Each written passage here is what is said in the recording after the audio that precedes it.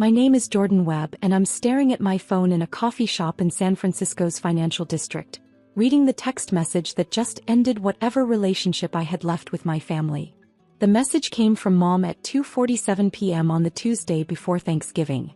I was in the middle of the most important business negotiation of my life, but I saw her name flash across my screen and I checked it anyway. Old habits. Jordan, I'm sorry but we're going to have to skip you this year for Thanksgiving. Tyler and Madison are hosting at their new house in Westchester and Madison feels strongly that the guest list needs to be, well, she used the word curated. She's worried about appearances since she's invited her parents and some of Tyler's colleagues from the law firm.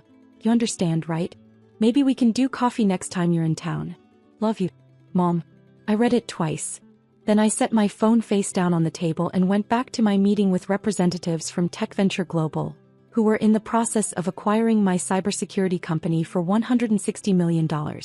If you've ever been treated like the family embarrassment while secretly building an empire, hit that like button and subscribe right now. You're not going to want to miss what happened next. Let me back up 6 years. I graduated from State with a computer science degree and immediately disappointed everyone by turning down a corporate job offer to start my own company. Not a sexy startup with venture capital and a ping-pong table. A boring, practical cybersecurity firm that helped small businesses protect their data. Tyler, my older brother, had gone to Columbia Law. He worked at a white shoe firm in Manhattan, wore suits that cost more than my monthly rent and had opinions about wine regions. When he brought Madison home 2 years ago, she took one look at me in my hoodie and jeans and I watched her mentally categorize me as the unsuccessful sibling. Madison came from money. Old money, the kind that doesn't just have wealth but has country club memberships that have been in the family since 1952. Her father was a federal judge. Her mother sat on charity boards and pronounced interesting in a way that clearly meant disappointing. At Tyler and Madison's engagement party, she'd introduced me to her parents as Tyler's brother, the one who does computers. Not computer science. Not technology. Computers. Like I fixed laptops at Best Buy. I didn't correct her. I was too busy building something real. My company, SecureNet Solutions, had started in my apartment with 2 employees. Me and my best friend from college, Marcus Chen. We cold-called small businesses, medical practices, law firms, anyone who had data worth protecting but couldn't afford enterprise-level security. Nobody cares about small businesses until they get hacked, Marcus said during our first year. We're going to be the ones who care first. He was right. We grew slowly, steadily. 10 clients became 50. 50 became 200. We hired security specialists, built proprietary software, developed protocols that actually worked for businesses with limited budgets. Tyler asked me about my computer thing exactly once at a family dinner 3 years ago. So you're still doing the tech support business? He said, cutting his steak with the precision of someone who'd learned proper knife technique. Cybersecurity consulting, I corrected. Right. That going well. We're growing. Good. Madison's father was just saying how important it is to find your niche, even if it's not particularly prestigious. He said it like he was being supportive. Like he was proud of me for finding my little corner. I could have told him we just signed a contract with a regional hospital network for $2 million. I could have told him we'd been approached by 3 venture capital firms. I could have told him I was making more than his associate-level salary at the law firm. I didn't. I just smiled and changed the subject. Because I was learning something important. My family's perception of my success had nothing to do with actual success. It had to do with appearances. Tyler had the right degree, the right job title, the right address. I had a startup which in their minds meant I was 1 bad month away from moving back in with Mom. So I let them think it. I drove a 7-year-old Toyota. I lived in a modest apartment in Oakland. I wore hoodies to family events. And I built my company into something extraordinary while they congratulated Tyler for making partner track. The truth was, SecureNet Solutions had grown beyond anything I'd initially imagined. We'd expanded into government contracting, protecting sensitive data for federal agencies. We'd developed software that Fortune 500 companies were licensing. We'd been featured in TechCrunch, Forbes, and Wired. And my family had no idea. Mom would call every few months. How's the computer business, honey? Are you getting enough clients? Like I was running a struggling freelance operation instead of a company with 47 employees and offices in 3 cities. Tyler would occasionally send job postings. Saw this at a tech company in New York. Might be more stable than the startup thing. Let me know if you want me to put in a word. The positions were always mid-level. Always less than what I was already doing. I never told them the truth because I wanted to see if they'd love me without the success. If they'd respect me without the money. If they'd value me as a person instead of as a status symbol. The answer increasingly was no. Madison's arrival made everything worse. She'd grown up in a world where your worth was determined by your zip code and your club membership. She assessed people the way you'd assess furniture. Will this fit with the aesthetic I'm trying to create? I didn't fit. At their wedding last year, Madison had seated me at table 12 with Tyler's college roommate's girlfriend's brother and a cousin nobody had spoken to in 5 years. Tyler was too busy being the perfect groom to notice. Mom just said, "Madison worked so hard on the seating chart, dear." The breaking point came 6 months ago when Tyler and Madison bought a house in Westchester. 4 bedrooms, colonial style, the kind of house that screamed, "We've arrived." They threw a housewarming party. I wasn't invited. It was such a small gathering, Mom explained when I asked. Just Madison's family and some of Tyler's colleagues. Very intimate. I saw the photos on Facebook. 70 people minimum. That's when I stopped pretending it didn't hurt. That's when I realized I'd been running an experiment with a foregone conclusion. My family didn't want a relationship with me. They wanted me to either succeed on their terms or disappear quietly into the background. So I focused on what I could control. The business. Drop a comment and let me know where you're watching from tonight. TechVenture Global first approached us in July. They were a major player in the cybersecurity space, and they'd been watching SecureNet's growth for 2 years. Our government contracts had caught their attention. Our proprietary software had impressed their technical team. "We're prepared to make a serious offer," their CEO said during our first meeting. "Your company fills a gap in our portfolio. Small to mid-size business security is an underserved market, and you've figured out how to serve it profitably." The negotiations took months. Due diligence, valuations, terms discussions.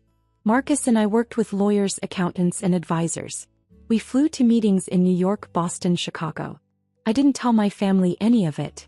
The final offer came in mid-November. $160 million. $40 million in cash to me personally, the rest in stock and retention bonuses. I'd stay on as a division president for 3 years with full autonomy and a salary that made Tyler's law firm income look like an allowance. We signed the papers on November 22nd. The announcement was scheduled for November 23rd at 6 p.m. Eastern. Thanksgiving Day. I hadn't planned it that way. TechVenture wanted to announce before the long weekend to capture the news cycle. I agreed without thinking about the timing. Then Mom's text came. I sat in that coffee shop reading about how I was too poor and unsuccessful to attend Thanksgiving dinner, and I started laughing. Not bitter laughter. Genuine, surprised laughter at the absurdity of it all. Marcus looked up from his laptop. "What's funny?" I showed him the text. He read it twice, then looked at me. "You're kidding." "Nope. Your mom just disinvited you from Thanksgiving because Tyler's wife thinks you're too poor. That's the gist of it.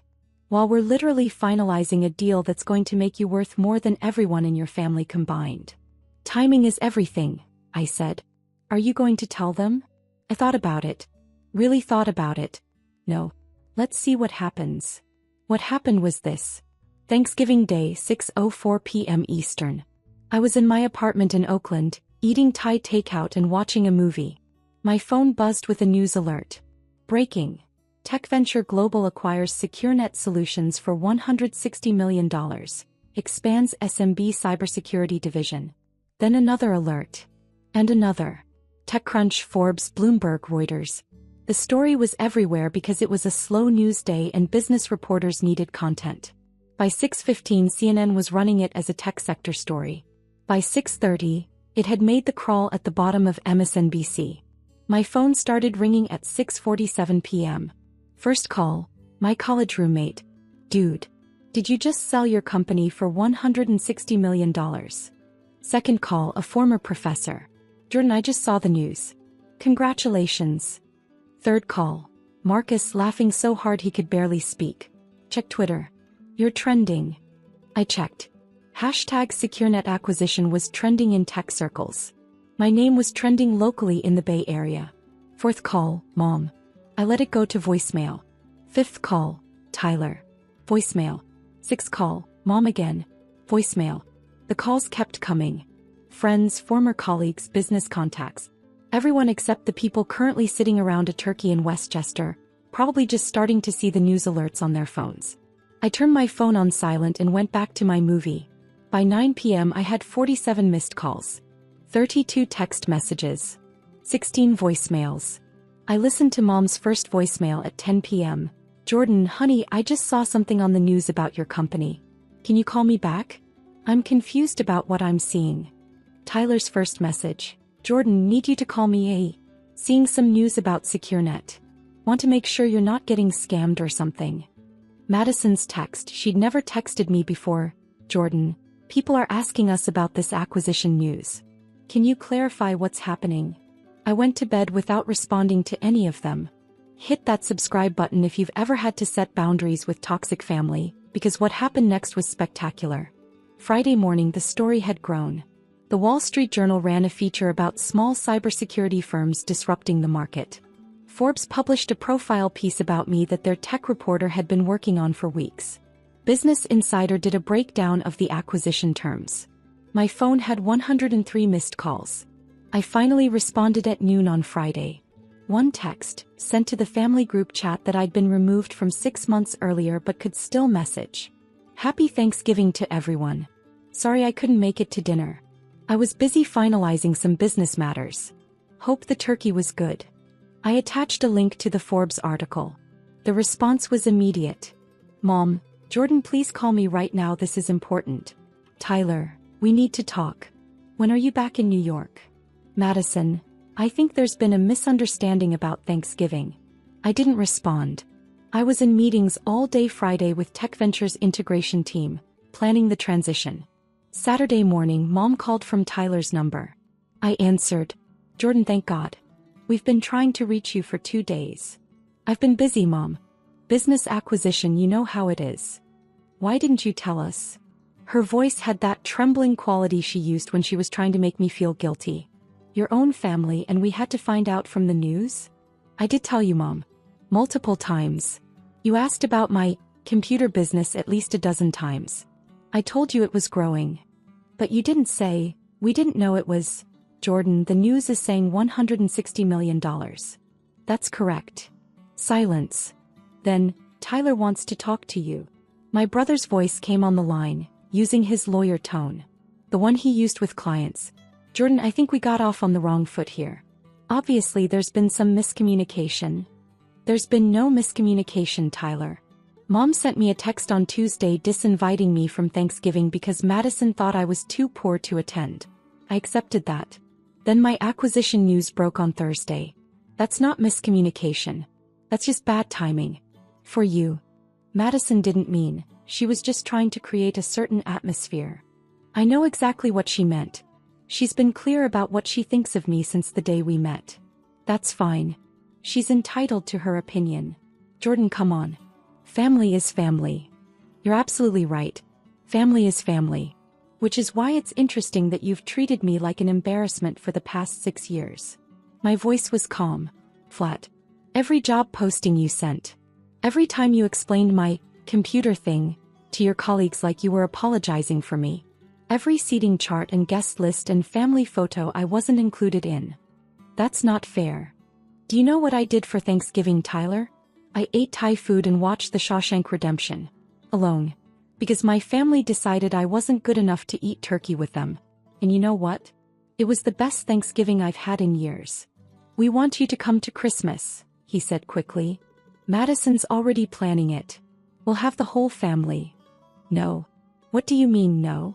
I mean, no. I'm not coming to Christmas. I'm not coming to any family events until some things change significantly. Mom grabbed the phone back. Jordan, please.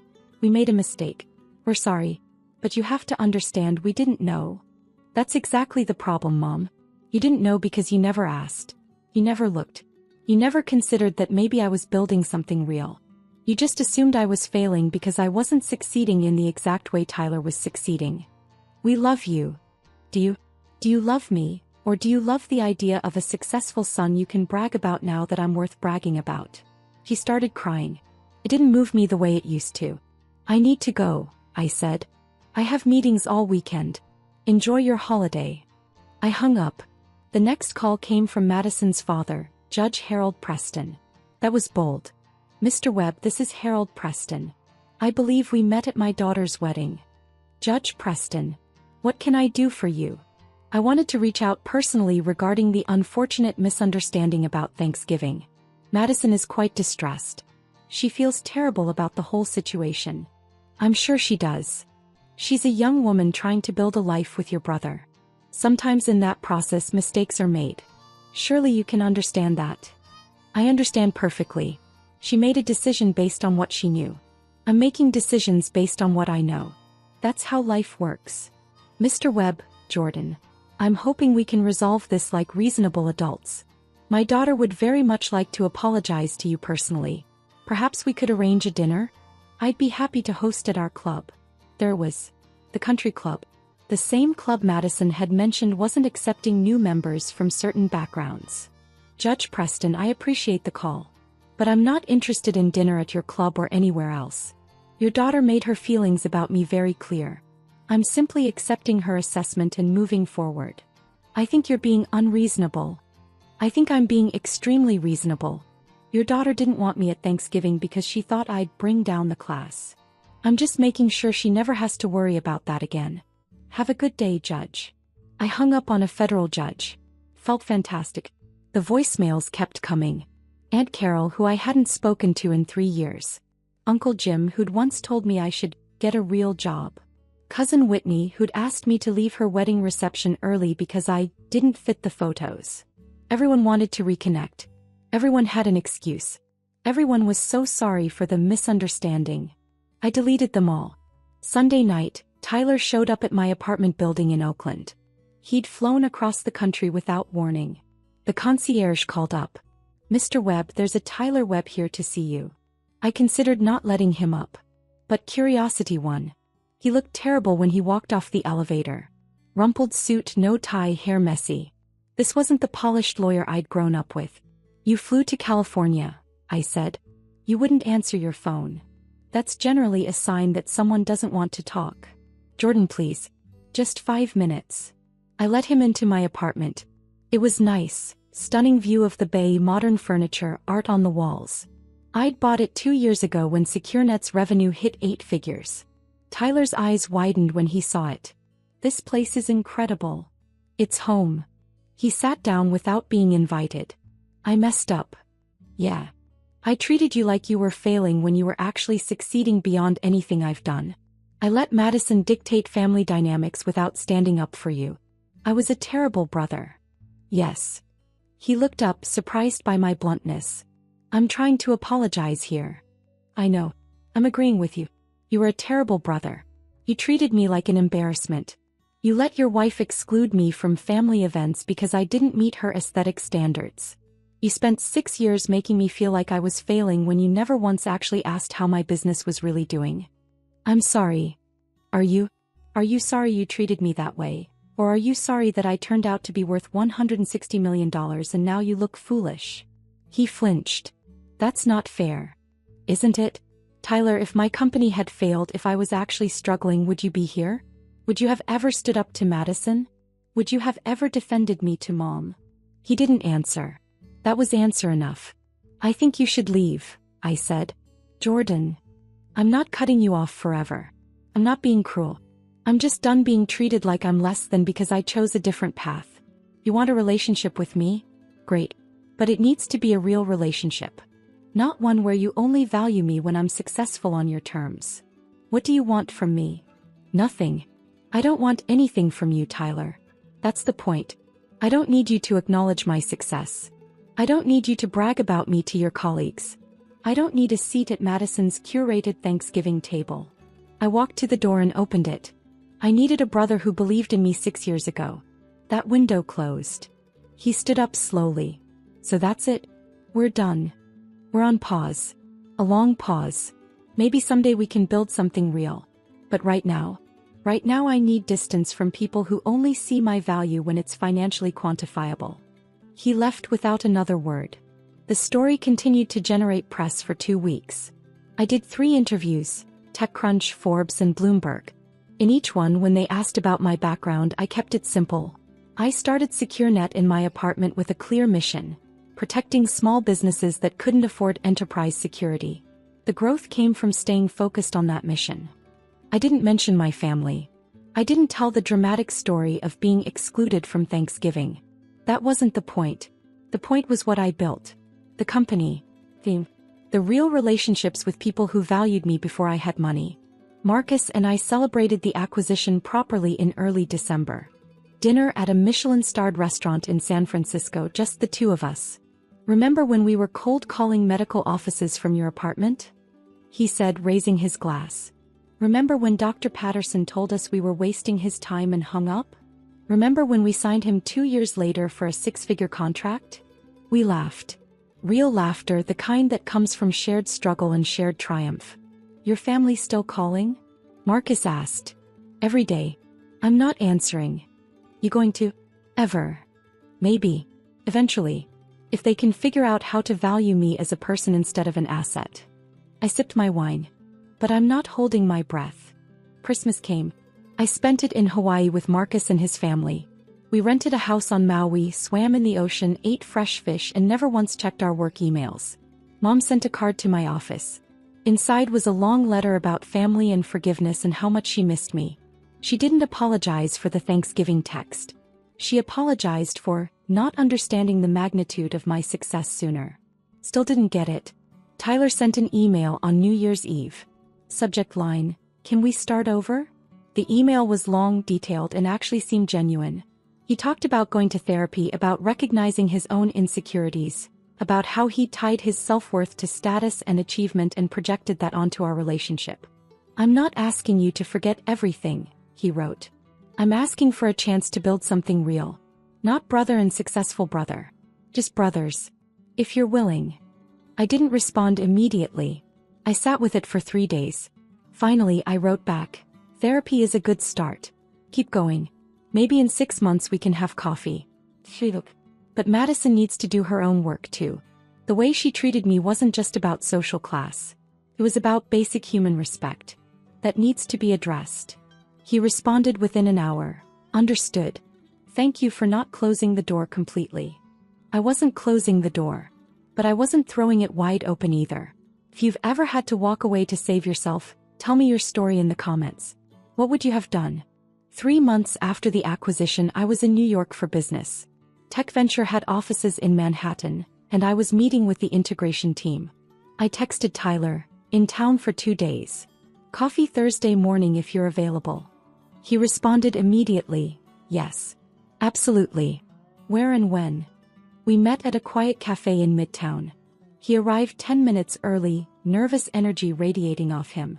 I showed up exactly on time. "Thanks for meeting me," he said. "Thanks for being on time." We ordered coffee. The first 5 minutes were awkward small talk. Weather. Traffic. The usual nothing. Then Tyler took a breath. "I'm still in therapy. Twice a week. Madison and I are doing couples counseling too." "How's that going?" "Hard. Really hard. She's confronting a lot of stuff about how she was raised, about values she never questioned. Her parents are not happy about it." "I imagine not. She wants to apologize to you. Genuinely apologize. Not the social performance kind. The real kind." I studied my brother. He looked different. Lighter somehow. Less polished and more real. "I'm not ready for that yet," I said. "But I'm glad she's doing the work." "That's fair." He nodded. "Can I ask you something?" "Sure." "Why didn't you tell us? About the company, the success, all of it?" I considered lying, giving him an easy answer. "But we were trying for real. Because I wanted to see if you'd love me without it. If you'd respect me without the money and the status and the impressive acquisition." And for 6 years the answer was no. "You didn't." He absorbed that like a physical blow. "You're right. I know. I don't expect you to forgive me." "Good. Because I haven't. But I'm open to the possibility of forgiving you someday. That's the best I can offer right now." We talked for an hour. Real talk, not performance. He told me about his insecurities, about pressure from Madison's family, about how he'd measured his worth by external validation for so long he forgot what mattered. I told him about building SecureNet, about the early struggles, about the moments when I almost gave up, about how being excluded from family events hurt more than he probably knew. When we left, we shook hands. Not a hug. We weren't there yet. But it was real. "Thank you," Tyler said, "for giving me this chance. Don't waste it." "I won't." 6 months later, I had dinner with Mom. Just the two of us. She flew to San Francisco, insisted on staying at a hotel even though I offered my guest room. We met at a restaurant she'd chosen, researched, picked carefully. He was trying. "Your apartment is beautiful," she said. She'd visited that afternoon. "The view is stunning." "Thanks. I like it." "Jordan, I need to say something, and I need you to let me say all of it before you respond." I nodded. She took out a piece of paper. She'd written it down, actually written down what she wanted to say.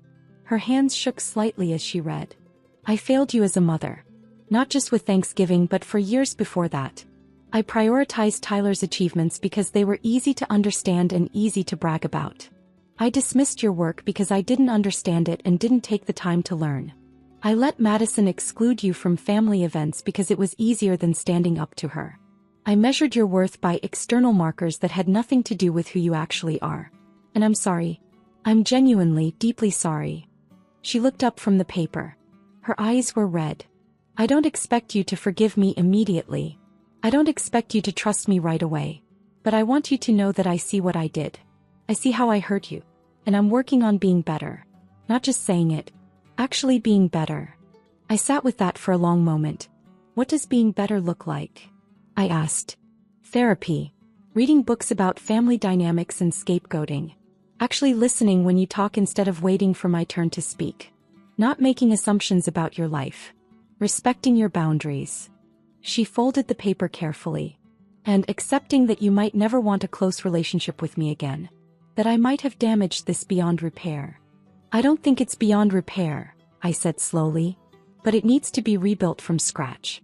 Not restored to what it was, because what it was wasn't healthy. Something new." "I'll take new." We talked for 3 hours. About my childhood, her parenting, the family dynamics that had broken us. It wasn't comfortable. She cried twice. I stayed calm, detached enough to be honest. But it was real. Finally real. A year after the Thanksgiving text, I hosted a dinner at my apartment. Small gathering. Marcus and his wife. 2 colleagues from SecureNet who'd become genuine friends. Tyler came alone. Madison had a work commitment, but they were both still working on things. Mom came. Nervous, grateful to be included, careful not to overstep. We ate good food, told stories, laughed. Nobody mentioned my net worth. Nobody compared career achievements. Nobody performed for anyone else. Just people who'd chosen to be there, chosen to build something real. "Thank you for inviting me," Mom said as she was leaving. "This meant everything. Thanks for coming. And for respecting the boundaries. Always." Tyler lingered after everyone else left. "This was nice. Really nice." It was. "Think we can do it again?" "Yeah. I think we can." He smiled. Real smile, not the polished lawyer smile. "I'm glad you didn't give up on us completely." "I didn't give up on the possibility of us. I gave up on accepting less than I deserve. There's a difference." "There is." After he left, I stood on my balcony looking out at the bay. The lights of San Francisco glittered across the water. Somewhere out there, 47 employees were building something that mattered. Thousands of small businesses were protected because of what we'd created. And my family was slowly learning what I'd known all along. Your worth isn't determined by other people's perception of your success. It's determined by what you build, who you help, and whether you can look yourself in the mirror. I'd built a company worth $160 million. But more importantly, I'd built a life worth living. Paper beats promises every single time. And sometimes, the family scapegoat turns out to be the only one who understood what actually mattered.